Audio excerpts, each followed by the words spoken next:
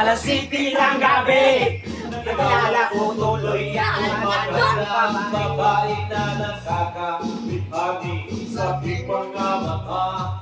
Ang di ko lang alam ay manluloko lang nila. Sumadan sa akin ng binungon ng liko noon. Nagtuturo na siya, hindi ba kapikon o hindi ba alata. Siya ay nagpayabang, nagbibindi siya daw katuwa sa alabang. Ako ay umabay, Pinapakita mo ulit. Yan mga paninagin. naglalaway sa banda niyang kapit na kapit nang ako'y makaliga.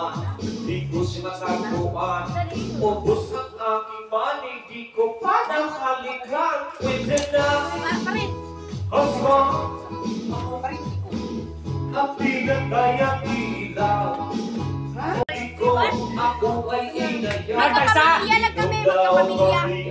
Siya ang kaya kami dalaway uminom ng beer. Inagap niya ang at sabi niya sa akin, ang di ko lang alam ay meron siyang inilagay.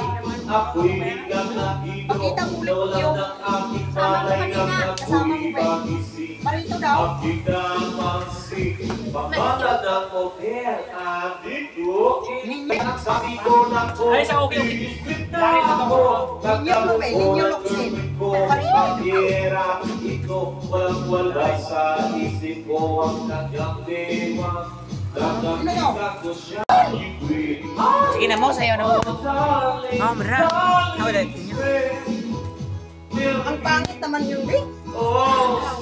Ang pangit yung Lumalabas. bagay. Awa dia ka pa. Alright, get ready for the third verse. Sige, sayon mo. Pagkabi ay nagtatawanan at nagkwentuhan. Loob sa lupa kami ay naglalakad. Kita to ulit yung kasama. Hadlong mo daw yung panita. Pinatay niya ang ilaw at binuksan ng VCD. Doon sa kanyang kama, gabi ay nahiga. Ako ay nagodat at ako'y nabigla. Ako'y nangihidig, pawis na pawis.